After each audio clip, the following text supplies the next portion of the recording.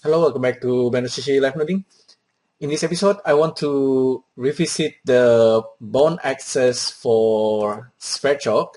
So basically, I've been thinking and kind of look at some of my old videos, and I've been trying to control bones procedurally using animation nodes or using Sverchok, and both of them kind of interesting in its own way. So if you look at my GitHub, I just posted this thread on how you can control bones using expression and script node in animation nodes, or you can also use Sverchok. And this is the one method that I kind of liked at the moment. It's basically using Sverchok. I kind of wish animation nodes can make it simple to access post bone and actually maybe even to create bones. But I think bones itself is kind of tricky sometimes because if you think about it, animators don't usually move and rotate bones like if you're doing it procedurally. Normally they want to have they might have hundreds of bones, but they only have like a couple of control bones, and they animate using control bones, and the mechanics is normally hidden. But if you're like try to use animation nodes or Sverchok to animate the bones, it can be kind of tricky. But anyway, there's this one setup here that's where you can access bones kind of in a very interesting way. You can actually go inside the matrix of the bones. I was looking at this old post at Animation Nodes GitHub, and this one in particular is very useful, especially the one from Scorpion451. He posted some of the method where you can access bones using animation nodes, and the one that's the most interesting is this one. So this one listed all the parameters that you can access in Blender using animation nodes, and I thought this maybe we can simply use it inside Sverchok, because in Sverchok you can easily access bones. Like for example, I'll create an armature. Okay, and by default, a single armature object has this bone, and in Blender, bones it consists of the head and the tail. It's always like this. If you have like a couple of bones, they will look something like this. It's not like just the joint, like in Maya, for example. In Blender, it's always head and tail. So we have 1, 2, 3, 4, 5, 6. 6 bones. I'll make it 10. 1, 2, 3, 4, 5, 6, 7, 8, 9, 10. Okay, 10 bones, single armature. I'll save this real quick. So this is SV Sverchok bone access advanced. It's kind of advanced because we will be using the matrix instead of bone position.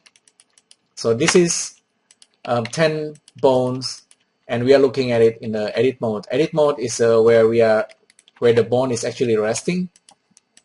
If you want to animate the bones in Blender, you switch to pose mode, and this way you can always have the default. Let's say the animator is kind of moving the bones around manually like that. You can always go back to the edit mode. You can always reset the position of the bones, Alt G. So that's very cool in itself. If we want to procedurally animate these bones, for example, these 10 bones, we can go inside Sverchok and try to access the bones simply by using the object ID. So there is a object ID, a couple of nodes dealing with the object ID. These guys are really powerful. Like I'll start with object ID selector. We want to select the armature. So the armature itself is actually an object. So we need to just find it here. So data type objects armature, and we can select our armature. So this guy is currently selecting our armature. We have only a single armature, so that's fine as it is. The next thing we want to do is to use the object ID set, and here when where we can pipe in the data. First of all, let's get into the post bone location. So this is the armature goes there, and we want to use post bones. So we get to the post bones, and if we are using the stethoscope, we can see the data. Okay, it's accessing all the bones. Actually, it's accessing the bones data, but if you want to access every single bones, you need to use this syntax. So now we are accessing every single bones. Okay, so this is really cool because you can use another object ID set and just get to the name of the bone. For example, this is all like a text object. This is a string type of data, the name of each bone. So that's this is very cool, but for what we are doing, we want to access the location of the bones. So currently there are 0, 0, 0. This is the post bone, remember. If we go to the post bone and kind of moving this guy around and update it in Sverchok will know, okay, you just move a single bone. And you already know that we can offset the bone using nodes now. I'll use like a random vector. I've done this in the past a couple of times, so this should be familiar. Oh, okay, by the way, this object ID doesn't like if you have input and output. It's only one or another. So if we disconnect this, and I think it's supposed to work now.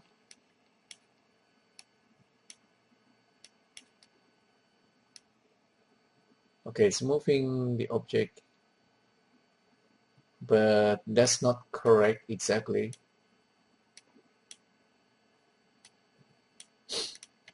Okay, object, post bones, location. Maybe I'm doing this the wrong way. Post bones and location. So I think that's supposed to be correct and working. Try again.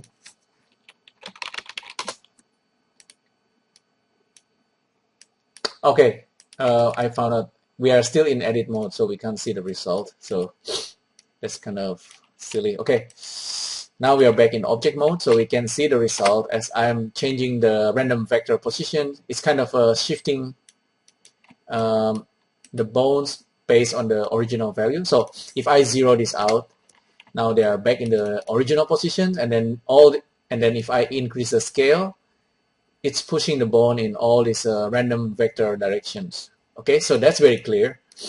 So there is, you can actually apparently you can access a couple of things based on this diagram by Scorpion. So you can apparently access the matrix basis, of course the location, rotation Euler, quaternion, and the scale of the in this case we want to use the matrix. There's a matrix and there's a matrix basis, which is the local matrix. Whichever you like, it will work. It's actually very, very cool. So if instead of the vector, let's access the matrix. If this guy is the matrix, you see, you can use matrix in for this guy. Let's say we are using matrix input. See, this is like a 4x4 value to represent the matrix, which is the transformations of each object. If I just plug that in, so you see we are actually controlling the bone scale, rotations, whatever, using all these 16 numbers, which is actually quite interesting. Very unusual that you can do this quite easily. We're not gonna do it this way though. It's easier if we are using it matrix in, and then we pipe in things like, let's say, now we are totally in control of every bone's positions. If we are using a line, for example, 10 points line, and we plug this vector of the lines, the point position of the lines into the locations, we actually gonna get this kind of like each bones being placed on every point of the lines, because we have 10 points here and we have 10 bones, so it's kind of perfect and matching. So that's really cool, because you know you can really control the bones this way, and then suddenly you can think of every bones now, every bones position, every scale, rotations can be controlled this way. So that's really cool. You can scale in X and Y and then in the Z. Normally with bones, the Y is very important, because it's kind of scaling the bones in along its axis. And then you have also the angle. This angle by default, Sverchok matrix in is actually have this 0, 0, 1, which is the z-axis, but you can change it in any directions using this vector xyz nodes. So Sverchok has a lot of very interesting nodes. Let's switch this to x, for example, 1, 0, 0, and then start rotating the bones. So you can see the bones can be controlled that way. We can use frame to do this. Control the bones rotations that way, see? And if you like, you can always also offset the time. So I'm gonna use range number, range float, and kind of I'll have like 10 values to offset the bones. Now you can see each bones is being offset slightly, so we can really control the bones transform this way, and this is really powerful. But like I said, normally for animators, and normally they get a character or maybe like any kind of rig, and the rig comes with a lot of controls, and what they will be animating is the control. And depending on what kind of rig you get, creature or like any kind of objects, maybe a door or a car or airplane, whatever rig, they will animate differently. It's not like always as simple as this kind of thing. But if you want to animate something that mechanical, I think Sverchok or animation nodes will be perfect for that. Ideally, of course, you will have some kind of constraint, like all this object constraint and bone constraint as a nodes. But at that point, I found that it can be kind of tricky, actually. Like in a bigger package like Houdini, for example, I think it actually have all these constraints as a nodes, and some of them are actually very helpful, like a look at, for example, I'll track to these guys if only they're inside this as a nodes, and then it can be interesting, but also can be complicated. It depends on how technical you can be, but anyhow, like being able to do this means you can practically, if you have like an object like Suzanne, for example, and then if you want to create bones for every point of Suzanne's surface and then control that points using Sverchok or animation nodes, you can practically do that, which means for a lot of animation engine for video game, or actually for Apple AR Kit, they don't always support Alembic, or they're not yet supporting Alembic for some, but they support a rig with a lot of bones. So if you are animating a bones, and you know that the bones is controlling a surface, basically you can bake every points as a bones, every animations, and then you can export out the animations like that. So the animation will have a lot of bones controlling every points of the surface, but that can be actually useful method. I'll show you what I mean next time if we were to animate like a complex objects, or let's say you are animating a cloth and you are if it's easy to bake out as Alembic, but if you want to export it, the cloth animations, you want to perhaps, if you are using joins for every point of the cloth, and then export the joins animations with the cloth itself, then it will be a lot easier that way. I actually think Sketchfab is really cool because Sketchfab actually takes Alembic animation, if I'm not wrong. Sketchfab takes blend file and then can convert most of the animations. But using bones like this way, procedurally really give you a lot of control, especially for technical animations or abstract animations. This becomes so easy to do. So let's say for this line, if you want to animate it like in the sine pattern, for example, you can easily do that as well. So let's zero this out. And if you want to control the scale using sine wave, it's actually become very easy. So let's say vector in. This is the scale, and we want to control the y. Let's say we want to animate this in a sine pattern. We just use math function and get the sine wave. Plug this into the y, and you get this for now. You can easily map the range from sine is like between -1 and 1. You can convert it to between 0 and whatever value, and then you can change the timing. Where's the multiply?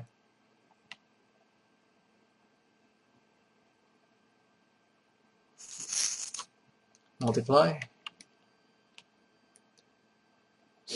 So that's becoming very easy, and you can also offset this guy.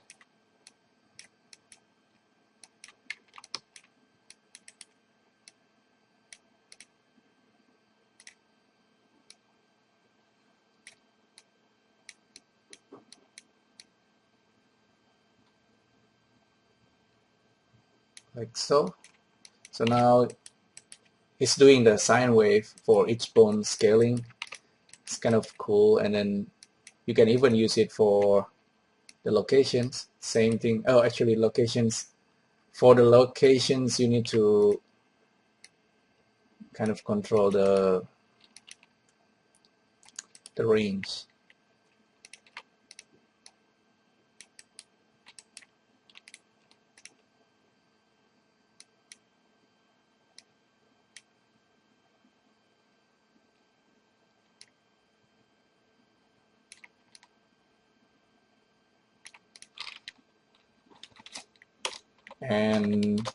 And that's only like 10 bones. There's only one thing that if you really want to control the bones, you probably, if there is a way to generate bones procedurally, that will be really cool. Currently, it's just animating the post bones, but still, this matrix, accessing the matrix of post bones is very, very powerful. So yeah, you can create a lot of interesting things from this. You just need to skin anything, any object into the bones. Let's test that really, really quick. For example, you have like a cylinder. I'm gonna do this manually. I'll rotate this like that. And okay, I don't have enough resolutions for the cylinder, but I'll make a quick cut. I have not been doing this manual way, so subdivide.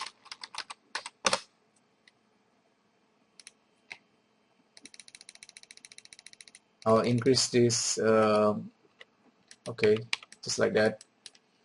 and I'll go to, actually I can just parent this guy to this guy. If I look at the edit mode, oh, I forgot the edit mode, the position of edit bone is not at the 000, so there's actually a way to confirm the edit mode into this position, if I'm not wrong. I think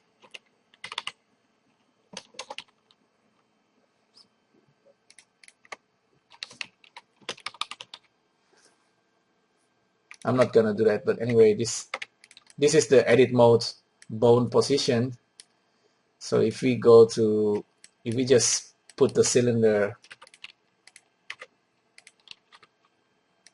like that and then parent this cylinder into that guy, Control P, and then with automatic weight, so the cylinder will do that. It's a bit abstract now because we are not really doing it properly, but you kind of get what I mean. These bones become totally in control of whatever objects that you gonna skin into these bones. Yeah, I think that's really powerful. I don't know. So hopefully this live noding is kind of useful for you. Let me know what you think, and I'll see you in the next video. Thank you. Bye.